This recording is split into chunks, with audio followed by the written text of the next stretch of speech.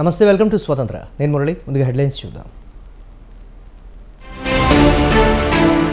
సచివాలయానికి పవన్ కళ్యాణ్, అమరావతి రైతుల ఘన స్వాగతం.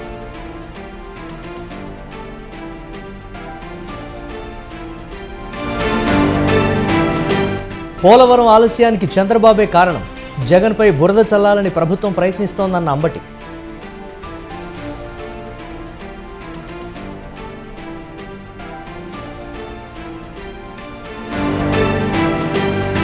ఈ నెల 21 నుంచి ఏపీ అసెంబ్లీ సమావేశాలు, 2 రోజుల పాటు అసెంబ్లీ సమావేశాలు.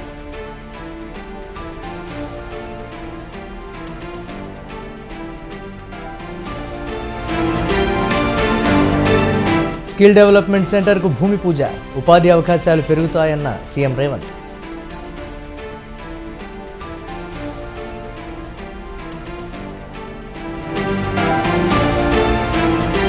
అభివృద్ధి అంటే ఒకరిద్దరికి లాభం చేయడం కాదు, విద్యుత్ కొనుగోళ్ల ఒప్పందంతో నష్టం వాటిల్లిందన్న ప్రొఫెసర్ కోదండరాం.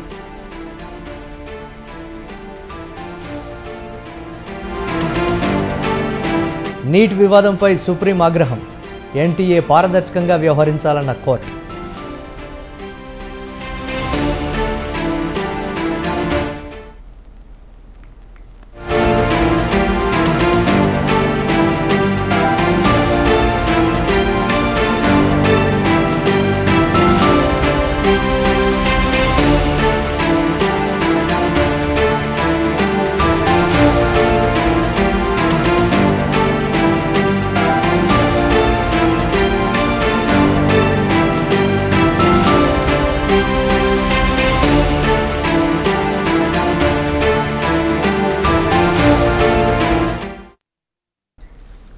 ప్రమాణ స్వీకారం అనంతరం డిప్యూటీ సీఎం హోదాలో తొలిసారి సెక్రటేరియట్కు వెళ్లారు. ఆయనకు కేటాయించిన ఛాంబర్ను పరిశీలించనున్నారు. సచివాలయానికి బయలుదేరిన పవన్కు అమరావతి రైతులు ఘన స్వాగతం పలికారు.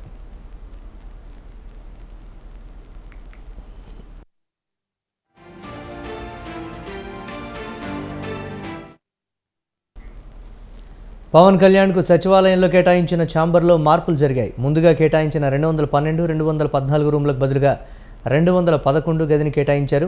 212, 214 రూమ్లను ఆర్థిక మంత్రి పయ్యావుల కేశవ్ తనకు కావాలని కోరడంతో పవన్ కళ్యాణ్ ఛాంబర్ను మార్చారు.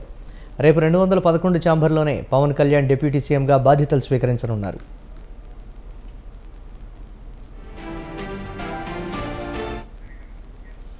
ఏడేళ్ల తర్వాత సచివాలయానికి వెళ్లారు పవన్ కళ్యాణ్. 2017 జూలైలో ఉద్దానం సమస్యల పరిష్కారంపై అప్పటి సీఎం చంద్రబాబుతో సచివాలయంలో భేటీ అయ్యారు. 7 ఏళ్ల తర్వాత ఇప్పుడు డిప్యూటీ సీఎం హోదాలో సెక్రటేరియట్కి వెళ్లడం గమనార్హం.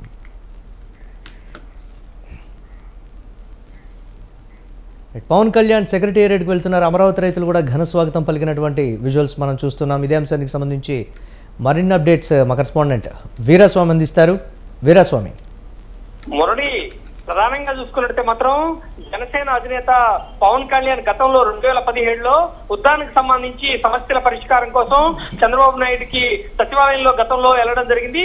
మళ్ళా 7 ఏళ్ల తర్వాత మాత్రం సీఎం గా నారా చంద్రబాబు నాయుడు అక్కడికి ఏదైతే ఉందో లోపలికి ఏదైతే సచివాలయానికి వచ్చిన తర్వాత మాత్రం ఈ రోజు సచివాలయంలో చూసుకున్నట్టే మాత్రం అంగరంగ వైభవంగా లోపలికి వెళ్ళేసరికి మాత్రం అందరూ కూడా అతనికి ఘనస్వాగతం పలికారు అధికారులు. దీంతో పాటు చూసుకున్నట్టే మాత్రం 7 ఏళ్ల తర్వాత మాత్రం ఉప ముఖ్యమంత్రి హోదాలో లోపలికి వచ్చేసిన తర్వాత గతంలో కొంతమంది ఏదైతే ఉందో పాత సంబంధించిన పాటు ఎక్కువగా సత్సంబంధాలు కొనసాగించిన అధికారులు కూడా ఘనస్వాగతం పలికిన సందర్భం నెలకొంది. దీంతో పాటు చూసుకున్నట్టే మాత్రం ఈ రోజు ఏదైతే ఉందో తన ఛాంబర్ లో బాధ్యతలు చేపడదామన్న నేపథ్యంలో అతనికి ఆర్థిక మంత్రిగా ఉన్న పయ్యావుల కేశవ్ ఏదైతే ఉందో ఆ ఛాంబర్ లో కోరడం తోటి రేపు మాత్రం ఏదైతే ఉందో బాధ్యతలు చేపట్టేందుకు ఛాంబర్ లో వాయిదా వేసిన పరిస్థితి నెలకొంది. రేపు 211లో ఏదైతే ఉందో చూసుకుంటే ఛాంబర్ లో అతనికి కేటాయించడం జరిగింది. ఈ నేపథ్యంలో రేపు ఛాంబర్ సంబంధించి కూడా వెలగపూడి సచివాలయంలో మాత్రం ఉప ముఖ్యమంత్రిగా పదవి బాధ్యతలు చేపట్టనున్నారు. దీనికి సంబంధించి కూడా ఇప్పటికే అధికారులు ఈ రోజుకే ఏర్పాటు చేసిన పరిస్థితి ఉంది. రేపటికి మాత్రం మరికొంతమంది కూడా వచ్చే అవకాశాలు కూడా కనిపిస్తున్నాయి. దీనికి సంబంధించి కూడా దీంతో పాటు చూసుకున్నట్టు మాత్రం ఇక్కడి నుంచి కూడా ఏదైతే ఉందో గతంలో ఇచ్చిన హామీలు అమరావతికి సంబంధించి కూడా రాజధాని అమరావతి ఉంటుందని చెప్పేసి గతంలో జనసేన అధినేత పవన్ కళ్యాణ్ చెప్పడం జరిగింది. ఇప్పటికీ ఉప ముఖ్యమంత్రి అయ్యారు కాబట్టి అక్కడికి అమరావతి రైతులు కూడా ఘనస్వాగతం మరికారు. పొలాభిషేకం కూడా చేయడం జరిగింది. ఈ నేపథ్యంలో కూడా చూసుకున్నట్లయితే మాత్రం ఇచ్చిన హామీలు నెరవేర్చే విషయంగా ఇక్కడ చూసుకున్నట్లయితే మాత్రం కట్టుబడి ఉన్నారు. మాకెంతో సహకారం కూడా అందించిన పరిస్థితి నెలకొంది. అమరావతి రాజధాని జై అమరావతి అంటే కూడా నినాదాలు చేసిన పరిస్థితి నెలకొంది. ర్యాలీగా వెళుతున్న సందర్భంలో కూడా చాలా మంది కూడా రైతులు కూడా అతనికి పూలతో కూడా అతని మీద కూడా పూల వర్షం కురిపించారని చెప్పి పరిస్థితి నెలకొంది. దీంతో పాటుగా చూసుకుంటే మాత్రం వెళుతున్న సందర్భంలో అతను వాహనం మీద వెళుతున్న అందరికీ 2 చేతులెత్తి అభివాదం తెలుపుతూ అందరికి నమస్కారం కూడా చేసిన పరిస్థితి నెలకొంది.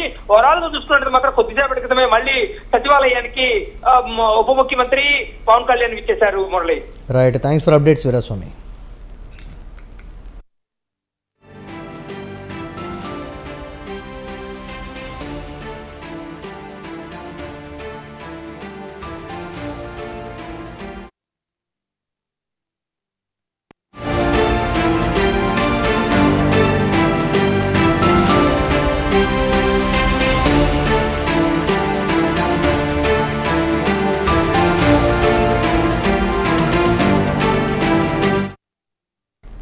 ఏపీ అసెంబ్లీ సమావేశాలు ఈ నెల 21 నుంచే నిర్వహించాలని రాష్ట్ర ప్రభుత్వం నిర్ణయించింది. తొలుత ఈ నెల 24 నుంచి జరుగుతాయని ప్రభుత్వ వర్గాలు తెలిపాయి. తాజాగా 21, 22 తేదీల్లో నిర్వహించాలని నిర్ణయించారు. ఈ సమావేశాల్లో సభ్యుల ప్రమాణ స్వీకారం, శాసనసభ స్పీకర్, డిప్యూటీ స్పీకర్ ఎన్నిక జరగనుంది.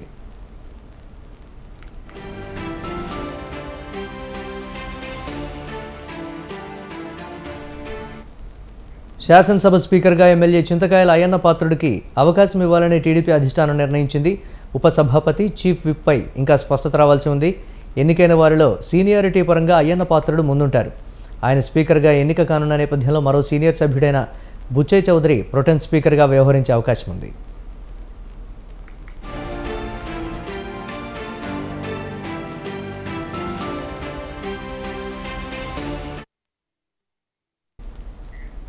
గత ప్రభుత్వం తొందరపాటు వల్ల ట్రాన్స్కో జెన్కోకు 81,000 కోట్ల అప్పులయ్యాయని టీజేఎస్ అధినేత కోదండరాం అన్నారు. గోదావరి నీటిమట్టం పెరిగితే భద్రాద్రి ప్లాంట్ను కాపాడుకోగలమా అని ప్రశ్నించారు. గతేడాది వచ్చిన వరదలకు భద్రాద్రి ప్లాంట్లో ఉత్పత్తి ఆపివేయాల్సి వచ్చిందని తెలిపారు.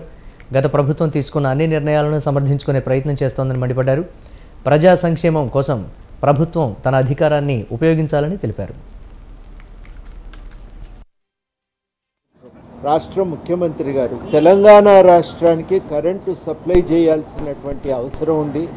అంధకారంలో ఉన్న రాష్ట్రంలో వెలుగులు నింపాలనే లక్ష్యం ఉంది అనే పేరుతో వారు తీసుకున్న అన్ని నిర్ణయాలను సమర్థించుకునే ప్రయత్నం చేస్తున్నారు. ఇది కరెక్ట్ కాదు.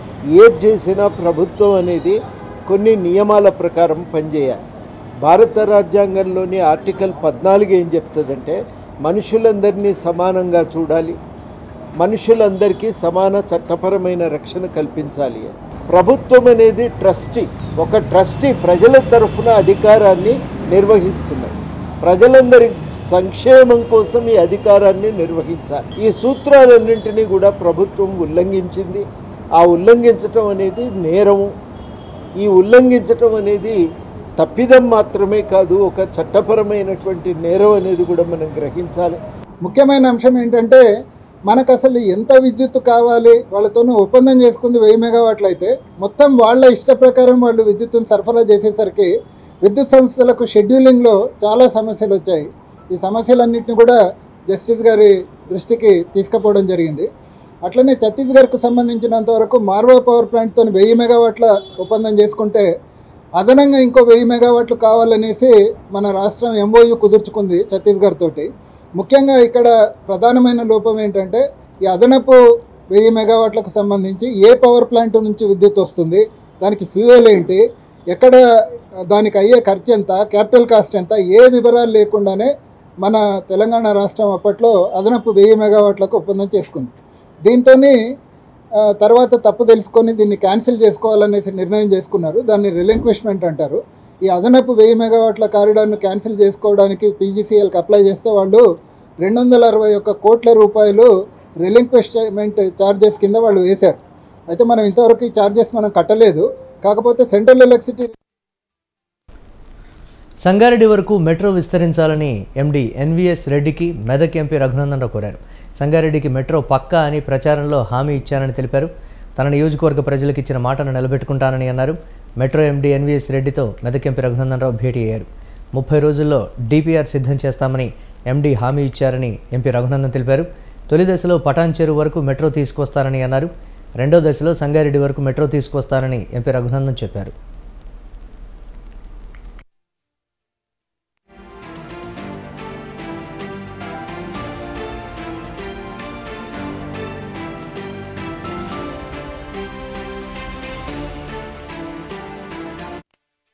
నియోజకవర్గ ఎన్నికల సందర్భంగా పటాన్ చెరువు, సంగారెడ్డి 2 శాసనసభ నియోజకవర్గాలకు సంబంధించినటువంటి ప్రజలకి నన్ను ఎంపీగా గెలిపిస్తే సాధ్యమైనంత తొందరగా మెట్రోని పటాన్ చెరువు నుంచి మియాపూర్ నుంచి పటాన్ చెరువు వరకు, పటాన్ చెరువు నుంచి సంగారెడ్డి వరకు ఎక్స్టెన్షన్ ఇప్పిస్తామని చెప్పి ఎన్నికల సందర్భంగా హామీ ఇవ్వడం జరిగింది. ఎన్నికల నోటిఫికేషన్ కంటే ముందు కూడా భారతీయ జనతా పార్టీ ఆధ్వర్యంలో సంగారెడ్డి జిల్లా కేంద్రమైనటువంటి సంగారెడ్డిలో జిల్లా కలెక్టర్ కార్యాలయం ముంగట మెట్రోని సంగారెడ్డి చౌరస్తా వరకు ఎక్స్టెన్షన్ చేయాలనేటువంటి ఒక నినాదంతో ఒక పెద్ద నిరసన కార్యక్రమాన్ని కూడా చేపట్టడం జరిగింది. ఇవన్నీ ఇటీవల కాలంలో జరిగితే 2008 సెప్టెంబర్ 8వ తారీఖు రోజు నేను పటాన్ చెరువుకి మెట్రో కావాలని చెప్పి మొట్టమొదటిసారిగా ఒక పాదయాత్ర కార్యక్రమాన్ని 2008 సెప్టెంబర్ 8 రోజు కూడా నిర్వహించడం జరిగింది. ఏపీ ముఖ్యమంత్రి చంద్రబాబు పోలవరం ప్రాజెక్టు సందర్శనపై వైసీపీ నేత అంబటి రాంబాబు సంచలన వ్యాఖ్యలు చేశారు. పోలవరంపై చంద్రబాబు వ్యాఖ్యలు పచ్చి అబద్ధాలని అన్నారు. పోలవరం విషయంలో దుర్మార్గంగా అవాస్తవాలు ప్రచారం చేస్తున్నారని, జగన్ కారణంగానే పోలవరం ప్రాజెక్టు సంక్షోభంలోకి నెట్టివేయబడిందని తప్పుడు ప్రచారం చేస్తున్నారని అంబటి ఆగ్రహం వ్యక్తం చేశారు. చంద్రబాబు వల్లే పోలవరంకి ఇవాళ ఈ దుస్థితి తలెత్తిందని అంబటి విమర్శించారు.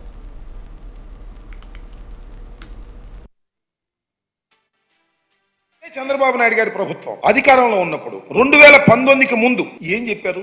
శాసనసభలో చెప్పారు 2019కి అంటే 2018కే పోలవరం ప్రాజెక్టుని పూర్తి చేసి ఎన్నికలు వెళతాం అని శపథం చేశారు. ఆ తర్వాత మా ప్రభుత్వం వచ్చింది. మా ప్రభుత్వం కూడా 2022కు పూర్తి చేసి ఎన్నికలకు వెళ్తామనేటువంటి మాట మాట్లాడిన మాట వాస్తవం. ఆ తరువాత మేము రివ్యూ చేసుకుని వాస్తవాలన్నిటినీ కూడా క్రోడీకరించుకొని ఇది ఇప్పుడు సాధ్యపడేటువంటి అంశం కాదు, ఎప్పుడు పూర్తి చేస్తామో చెప్పలేనటువంటి పరిస్థితిలో పోలవరం ప్రాజెక్టు ఉన్నది అని తొలిసారిగా చెప్పినటువంటి వ్యక్తిని ఆ రోజు నేను ఇరిగేషన్ మంత్రిగా.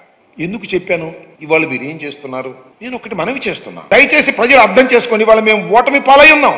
చంద్రబాబు నాయుడు గారు గెలిచున్నారు కూటమిలో, ఆయన ద్విగుణీకృతమైన ఉత్సాహంలో ఉన్నాడు. అంత మాత్రాన జగన్మోహన్ రెడ్డి గారే ఈ విధ్వంసానికి కారణం అనేటువంటి మాట పదే పదే చెప్పేటటువంటి ప్రయత్నం చేస్తున్నారు. వైసీపీ వ్యక్తిగానో, జగన్మోహన్ రెడ్డి గారి అనుంగు శిష్యుడిగానో, రాజశేఖర రెడ్డి గారి శిష్యుడిగానో బురద జల్లే కార్యక్రమంతోనో నేను చెప్పడం లేదు. హృదయపూర్వకంగా మనస్ఫూర్తిగా చెప్తున్నా, చంద్రబాబు నాయుడు గారు 2019కి పూర్వం చేసినటువంటి ప్రధానమైన తప్పిదం వలనే ఈ సంక్షోభం ఏర్పడిందని నేను మనవి చేస్తున్నాను. ఇదే చంద్రబాబు 2 కాపర్ డ్యాములు పూర్తి చేసిన తర్వాత మాత్రమే డయాఫ్రమ్ వాల్ నిర్మించాలని, అలా జరగలేదని అంబటి చెప్పారు. నది డైవర్షన్ చేయకుండా డయాఫ్రమ్ వాల్ కట్టడం వల్ల వరదలకు కొట్టుకుపోయిందని అన్నారు. ఇరిగేషన్పై అవగాహన ఉన్న మేధావులంతా చంద్రబాబు చేసిన తప్పును గ్రహించారని అంబటి ఆరోపించారు. 2 కంప్లీట్ కాలేదు. ఎందుకు కాలేదు అంటే కాఫర్ డ్యాములు కంప్లీట్ అయితే నదిలో నీరు నిలుస్తుంది. నదిలో నీళ్లు నిలవకోకుండా ఉండాలి అంటే నది డైవర్షన్ కంప్లీట్ కావాలి. నది డైవర్షన్ కంప్లీట్ కాలేదు, అందువల్ల కాఫర్ డ్యాములు పూర్తి చేయడానికి వీలు కాలేదు. ఇది పచ్చి వాస్తవం. ఈ వాస్తవాన్ని దాచిపెట్టి జగన్మోహన్ రెడ్డి గారు కాంట్రాక్టర్ను మార్చేశాడు, అందువల్లే ఆ కాఫర్ డ్యాములు పూర్తి కాలేదు. నో, ఆ కాఫర్ డ్యాములు పూర్తయితే నది పొంగి డైవర్షన్ కాలేదు కాబట్టి పొంగి 54 గ్రామాలు మునిగిపోతాయి. ఈ వాస్తవాన్ని చెప్పరే?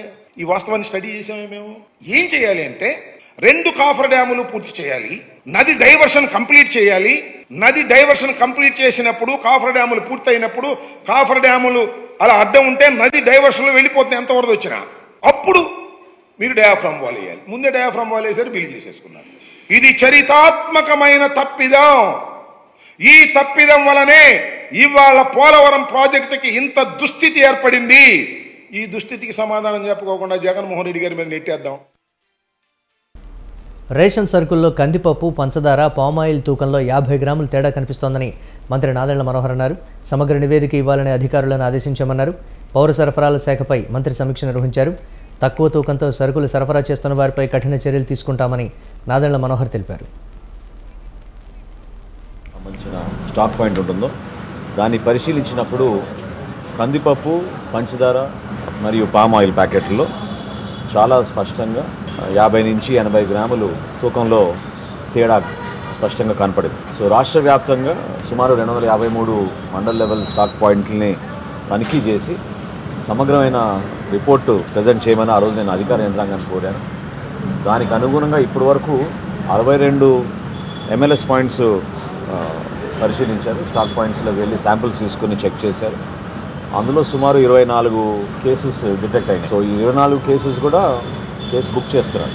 చాలా సీరియస్గా చట్ట ప్రకారంగా ఎవరైతే సప్లై చైన్లో ఇన్వాల్వ్ అయ్యారో వాళ్ళందరిపైన కూడా చాలా బలమైన చట్టాన్ని తీసుకొచ్చి దానికి అనుగుణంగా కేసెస్ రెడీ చేయమని చెప్పారు. పౌర సరఫరాల శాఖ సంబంధించిన స్టాక్ పాయింట్ ఉంటుందో.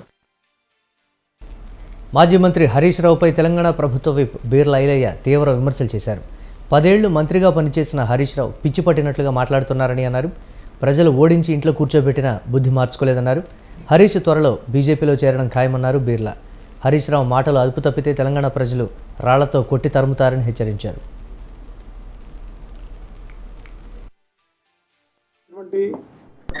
10 ఏళ్ళు మంత్రిగా ఈ రాష్ట్రాన్ని వెళ్ళినటువంటి 6 అడుగుల హరీష్ రావు మరి ఇలా పిచ్చెక్కి మాట్లాడుతుండా, మతి భ్రమించి మాట్లాడుతుండా, ఇంకా అధికారం నేనే ఉన్నట్టుగా ఆయన మాటలు చూస్తుంటే నిజంగా తెలంగాణ ప్రజలు ముక్కు మీద వేలేసుకుంటున్నారు. స్థాయికి తగ్గని మాట్లాడాలి. ఒక 10 సంవత్సరాలుగా అధికారంలో ఉండి గతంలో ఎన్నోసార్లు ప్రజల వద్ద తెలంగాణ ప్రజలు తీర్పిచ్చి మిమ్మల్ని ఇంట్లో కూర్చోబెట్టినా మీ బుద్ధి మానుకోలే. నువ్వు రోజు మీడియా ముందు మాట్లాడకపోతే మీ మామకేమైనా అనుమానం వస్తుందానా? మరి మీ మామ మెప్పు కోసం ఇలా కాంగ్రెస్ పార్టీ మీద ఈ రకంగా ఎదురుదాడి చేస్తున్నావు. బీఆర్ఎస్ పార్టీ ఉనికి కోల్పోతుందని చెప్పి ముఖ్యంగా నీ వ్యక్తిగతంగా మీ మామ దగ్గర లోకు అయితాన ఉద్దేశంతో ఈ చిల్లర మల్లర రాజకీయాలు చేస్తుండు హరీష్ రావు గారు. జరిగినటువంటి ఎలక్షన్లలో, అసెంబ్లీ ఎలక్షన్లో తెలంగాణ ప్రజలు మీకు బుద్ధి చెప్పి ప్రతిపక్ష హోదా ఇస్తే కూడా ప్రతిపక్షంలో ఉండి ప్రభుత్వానికి సూచనలు సలహాలు ఇచ్చి మీరు ప్రభుత్వానికి సహకరించేది పోయి 10 ఏళ్లు దోచుకున్న సొమ్మును గౌరవ ముఖ్యమంత్రి రేవంత్ రెడ్డి గారు అసెంబ్లీలో మీ అందరి ముందే ఒక్కొక్క శాఖ మీద శ్వేతపత్రం ఇచ్చి మీకు చూపించడానికి మీకు సిగ్గొస్తలేదు. మీరు చేస్తున్నటువంటి చౌకబారు మాటలను తెలంగాణ ప్రజలు గమనిస్తున్నారు. మళ్ళీ రెండోసారి మొన్న పార్లమెంట్ ఎలక్షన్ లో 17 స్థానాలు, కనీసం మీకు 10 స్థానాలు కాదు 5 స్థానాలు కూడా డిపాజిట్ దక్కకపోతే అసలు మీ మామ, అల్లుడు, మీ బామ్మార్ది మీరు తలకాయ ఎడబెట్టుకుంటున్నారు. మొన్న జరిగినటువంటి ఎలక్షన్ లో ఎట్లాగో మేము మా పార్టీ చనిపోతుంది, మేము బతుకుండగానే మా అవయవాలు దానం చేయాలని చెప్పి బీజేపీ పార్టీకి మీరు బతుకుండి ఆ పార్టీని బతికియడానికి మీరు అవయవ దానం చేస్తే బీజేపీ పార్టీకి ఆ సీట్లు వచ్చినాయి. మరి తెలంగాణ ప్రజలు గమనిస్తున్నారు. పార్లమెంట్ ఎలక్షన్ నుంచి మీ మామ ఏడున్నాడు, మీ బామ్మార్ది ఏడున్నాడు, ఏమున్నా మీ బామ్మార్దికి ఒక ట్విట్టర్ ఉంటది. ఆ ట్విట్టర్ లో తప్ప ప్రజలలో కనిపించరు. మీరు ప్రజలకు జవాబుదారిగా ప్రతిపక్షంలో ఉండి ప్రభుత్వానికి సలహా ఇచ్చేది పోయి తండ్రి కొడుకులు గాయబైతే నువ్వేమున్నా మీడియా ముందుకు వచ్చి ప్రభుత్వాన్ని ఇబ్బంది పెట్టే మాటలు ప్రభుత్వం మీద. మేడ్చల్ జిల్లా డబీర్పురలోని హనుమాన్ గట్టుపై ఉన్న శ్రీతారాముల దేవాలయంలో విగ్రహాలను కొందరు దుండగులు ధ్వంసం చేశారు. ఘటనా స్థలాన్ని Medchal additional DCP Narasimhareddy, ACP B Srinivasareddy పరిశీలించారు. ఎలాంటి అవాంఛనీయ సంఘటనలు జరగకుండా పటిష్ట బందోబస్తు ఏర్పాటు చేశారు.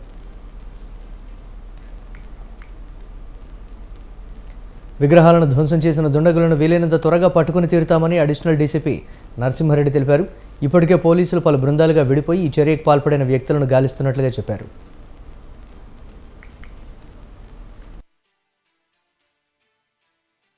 టెంపుల్ వద్ద అంటే మన ఇక్కడ నిన్న ఎవరో గుర్తు తెలియని దుండగులు మన సీతారాముల వారి విగ్రహాలని ధ్వంసం చేసి, అదేవిధంగా అది ఇప్పటికీ ఇన్ని సంవత్సరాల్లో మేము పుట్టి ఇంత పెద్దగానే ఇన్ని ఏళ్లలో ఇంతవరకు ఇలాంటి ఇక్కడ సంఘటనలు ఎప్పుడు జరగలేదు.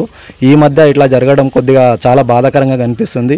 ఎవరు గుర్తు తెలియని వ్యక్తులు వారిపై జర కఠిన శిక్ష తీసుకోవాల్సిందిగా మేము అందరం డబిల్పూర్ నుండి సీతారాముల కమిటీ కానీ హిందువులం, ప్రతి ఒక్క హిందువులం కానీ వారిపైన కఠిన చర్యలు తీసుకోవాల్సిందిగా కోరుచున్నాము. అందరికి జై శ్రీరామన. డబిల్పూర్ గ్రామంలోని మేడ్చల్ మండల్ డబిల్పూర్ గ్రామంలోని గుట్ట వద్ద నిన్న కొంతమంది దుండగులు సీతారాముల విగ్రహాలని ధ్వంసం చేయడం జరిగినది. దానికి వారిని గుర్తించి వాళ్ళపై కఠిన చర్యలు తీసుకోవాల్సింది కోరుచున్నాము. అదేవిధంగా 12 సంవత్సరాల నుంచి కళ్యాణం చేస్తున్నాము. ఈ 12 సంవత్సరాలలో కూడా ఎప్పుడు ఇలాంటి సంఘటన జరగలేదు. ఈ మధ్య నిన్న బక్రీద్ సందర్భంగా ఎవరైనా జరిగి ఉండవచ్చు. దీనిపై కఠిన చర్యలు తీసుకోవాలని కోరుతున్నాము. జై శ్రీరామ్. జై శ్రీరామ్. ఫేక్ గోల్డ్ బిస్కెట్లను అమ్ముతున్న అంతర్రాష్ట్ర ముఠాను రాచకొండ పోలీసులు పట్టుకున్నారు. నెల్లూరు జిల్లాకు చెందిన ముగ్గురు, గుంటూరు జిల్లాకు చెందిన మరొకరితో కలిసి నకిలీ బంగారు బిస్కెట్లను అమ్ముతున్నట్లు గుర్తించారు.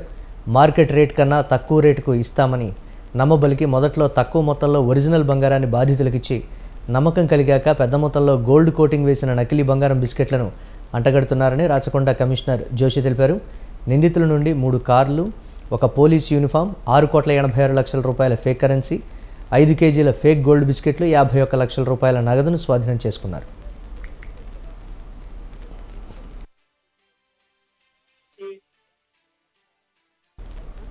మందు తాగే కోతులు, గుళ్ల చుట్టూ ప్రదక్షిణలు చేసే కుక్కలు, పందుల ఘటనలు గతంలో చూశాం.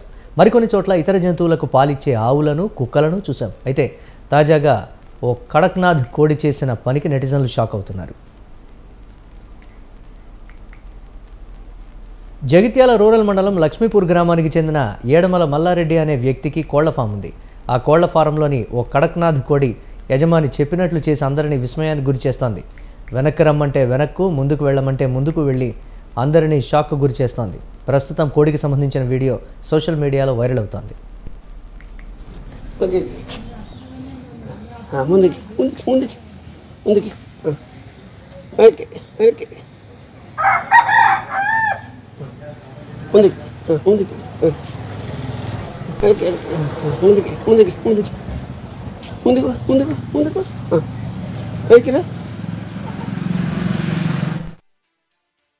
కొన్ని కడక్నాథ్ కోళ్ళు ఉన్నాయి. ఇప్పుడు ఆ కోళ్ళలో ఇది నాకు చాలా ఇష్టమైన కోడి. ఇది రోజు నా పైకి వచ్చి కూర్చోవడం, పైన వచ్చి వాలడం, తర్వాత నేను ఏది చెప్తే అది వినడం, ఇట్లా చేస్తుంటుంది. ఇది పైకి రమ్మంటే పైకి వస్తుంది, దీనికి వెళ్తుంది, తర్వాత వెనక నడమంటే వెనక నడుస్తుంది, ముందుకు నడమంటే ముందుకు నడుస్తుంది. ఇట్లా నేను చెప్పినట్టు ఉంటుంది. దీనికి నేనంటే చాలా ఇష్టం. రీల్స్ పిచ్చి ఓ యువతి ప్రాణాన్ని బలిగొంది. కారు డ్రైవింగ్ చేస్తూ 300 అడుగుల లోయలో పడి మరణించిన ఘటన మహారాష్ట్రలోని సంభాజీనగర్లో జరిగింది. ఈ ఘటనకు సంబంధించిన వీడియో సోషల్ మీడియాలో వైరల్ అయింది.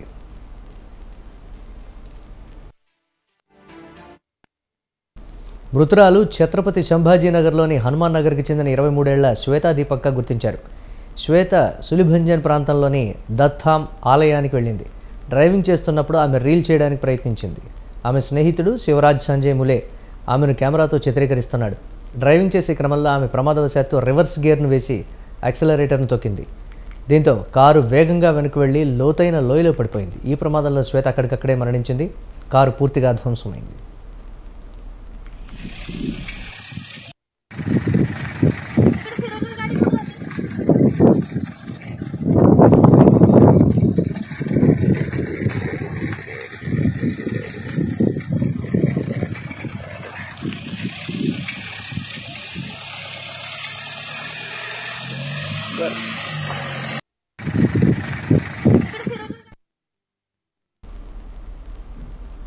ఒకే దేశం ఒకే ఎన్నికలు, సాధ్యాసాధ్యాలపై ఏం చేయాలి, ఎలా ముందుకు వెళ్ళాలి, ఇదే అంశం త్వరలోనే కేంద్ర కేబినెట్ ముందుకు రానుంది.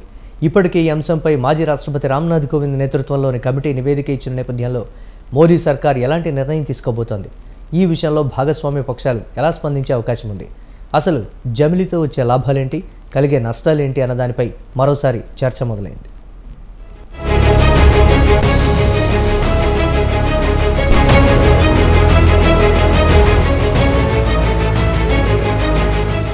లోక్సభ ఎన్నికలతో పాటు అన్ని రాష్ట్రాల అసెంబ్లీలకు ఎన్నికలు నిర్వహించాలి. ఆ తర్వాత 100 రోజుల్లోపే స్థానిక సంస్థల ఎన్నికలను సైతం పూర్తి చేయాలి. జమిలీ ఎన్నికల సాధ్యాసాధ్యాలపై కేంద్రం వేసిన కమిటీ చేసిన సిఫారసులివి.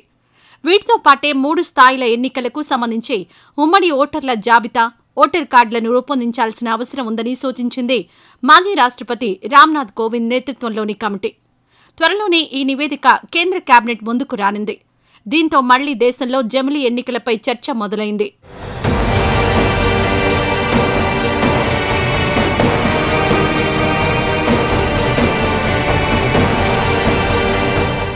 నిజానికి అఖండ భారతావనిలో సరాసరిన ప్రతి 5-6 నెలలకు ఏదో ఒక రాష్ట్రంలో ఎన్నికలు, ఆయా ప్రాంతాల్లో ఎన్నికల కోడ్ అమలు ఫలితంగా అభివృద్ధి కార్యక్రమాలు చేపట్టేందుకు ఎక్కడికక్కడ అడ్డంకులు, అవరోధాలు. ఇలాంటి పరిస్థితులపై ఆలోచించిన ప్రధాని నరేంద్ర మోడీ గత కొన్నేళ్లుగా జమ్లీ పేరు వినిపిస్తున్నారు. ఇదే అంశంపై ఏం చేయాలి, ఎలా చేయాలి, సాధ్యాసాధ్యాల సంగతేంటి, ఇలా పలు అంశాలను పరిశీలించేందుకు మాజీ రాష్ట్రపతి రామ్నాథ్ కోవింద్ నేతృత్వంలో ఓ ఉన్నత స్థాయి కమిటీ సైతం వేశారు. దీంతో సంబంధిత కమిటీ రంగంలోకి దిగి వివిధ అంశాలపై అధ్యయనం చేసింది. ఈ ఏడాది మార్చి 15న రాష్ట్రపతి ద్రౌపది ముర్ముకు నివేదిక అందించారు.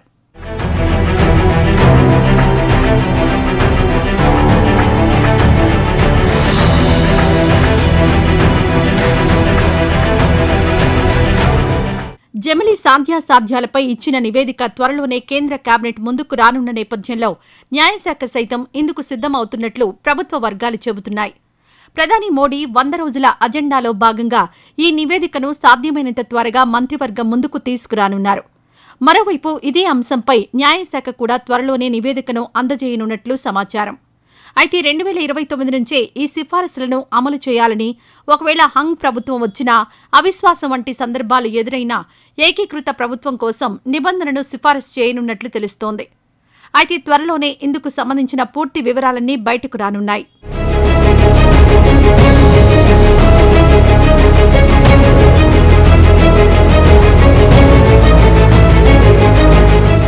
మాజీ రాష్ట్రపతి రామ్నాథ్ కోవింద్ ఇచ్చిన నివేదిక త్వరలో కేంద్ర కేబినెట్ ముందుకు రానున్న నేపథ్యంలో మళ్లీ జమిలీ ఎన్నికల అంశంపై పెద్ద ఎత్తున చర్చ సాగుతోంది. రాజకీయ పార్టీలు దీనిపై మాట్లాడడం మొదలుపెట్టాయి. అయితే కేంద్రం జమిలీ వైపు రాబోయే రోజుల్లో మొగ్గు చూపినా ఇదంతా తేలికగా సాధ్యమయ్యే పని కాదు. అలాగని అసాధ్యమూ కాదు. కాకపోతే కష్టం అంతే. గతంలోనే లా కమిషన్, పార్లమెంట్ స్థాయి సంఘం జమిలీ ఎన్నికలకు మద్దతుగా నివేదికలిచ్చినప్పటికీ ఇందులో అధిగమించాల్సిన ఆర్థిక, రాజకీయ, రాజ్యాంగ, చట్టపరమైన అంశాలు చాలా ఉన్నాయని చెబుతున్నారు. అయితే వీటన్నింటిలో మొదటగా రాజకీయంగా ఏకాభిప్రాయం సాధిస్తే మిగిలిన అడ్డంకులు అధిగమించడం కొంత సులువేనన్న అభిప్రాయం వ్యక్తమవుతోంది. కానీ గతంలో బీజేపీకి మెజారిటీ ఉన్న సందర్భంలో ఇదంతా కాస్త సులువుగా అనిపించినా ప్రస్తుతం బీజేపీ సొంతంగా మ్యాజిక్ ఫిగర్ సాధించని పరిస్థితుల్లో భాగస్వామ్య పక్షాలపై ఆధారపడి ఈ విషయంలో ముందుకెళ్లాల్సిన ఆవశ్యకత నెలకొంది.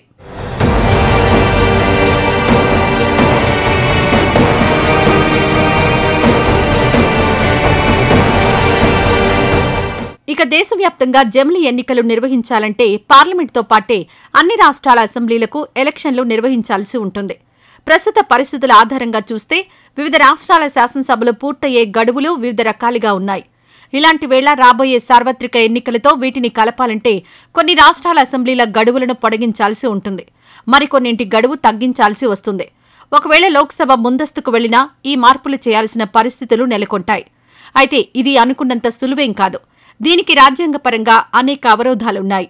ఈ పరిస్థితి అధిగమించాలంటే దేశంలో వివిధ ఎన్నికల నిర్వహణ తీరుతెన్నులు, మార్గదర్శకాలకు ఉద్దేశించిన 1951 నాటి ప్రజా ప్రాతినిధ్య చట్టానికి సవరణలు చేయాల్సి ఉంటుంది. అలాగే మరికొన్ని కీలక రాజ్యాంగ సవరణలకు పార్లమెంట్ ఆమోద ముద్ర వేయాల్సి ఉంటుంది.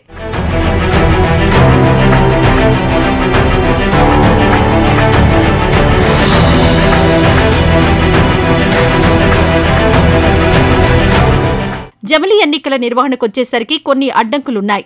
వాటిని ఓసారి పరిశీలిస్తే మనది పార్లమెంటరీ ప్రజాస్వామ్యమే కాదు, సమైక్య వ్యవస్థ కూడా. అంటే మన దేశంలో రాష్ట్రాల మాటకు విలువ ఉంటుంది. అంటే జమిలీ విషయంలో ఆయా రాష్ట్రాలను ఒప్పించాల్సి ఉంటుంది. శాసనసభ కాలపరిమితి తక్కువగా ఉన్న రాష్ట్రాలు జమిలీకి ఒప్పుకున్నా ఎక్కువగా కాలపరిమితి ఉన్న రాష్ట్రాలు ససైమీరా అంటాయి. ఇక రాజ్యాంగ సవరణలకు 2/3 వంతు మెజారిటీతో పార్లమెంట్ ఆమోదం తెలపాల్సి ఉంటుంది. అలాగే దేశంలోని సగం రాష్ట్రాల అసెంబ్లీలు ఆమోదిస్తూ తీర్మానం చేయాలి.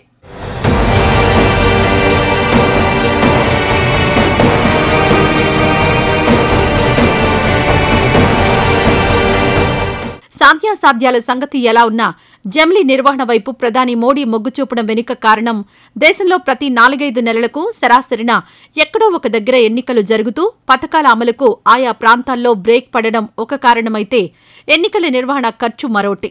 లోక్సభ ఎన్నికల నిర్వహణకు దాదాపుగా 4 నుంచి 5 వేల కోట్లకు పైగా ఖర్చవుతుంది. అదే శాసనసభ ఎన్నికలైతే ఒక్కోదానికి సగటున 300 కోట్ల రూపాయల ఖర్చు భరించాల్సి వస్తుంది. అదే జమిలీ ఎన్నికలు నిర్వహిస్తే ఈ ఖర్చును చాలా వరకు తగ్గించవచ్చు. అయితే ప్రస్తుతం ఇటీవలే లోక్సభ ఎన్నికలు ముగిశాయి. రానున్నది 2029లోనే. మరి అప్పటిలోగా జమిలీ దిశగా ఏ మేరకు కేంద్రం అడుగులు పడతాయన్నది ప్రస్తుత సంకీర్ణ ప్రభుత్వంలో ఆసక్తికరంగా మారింది.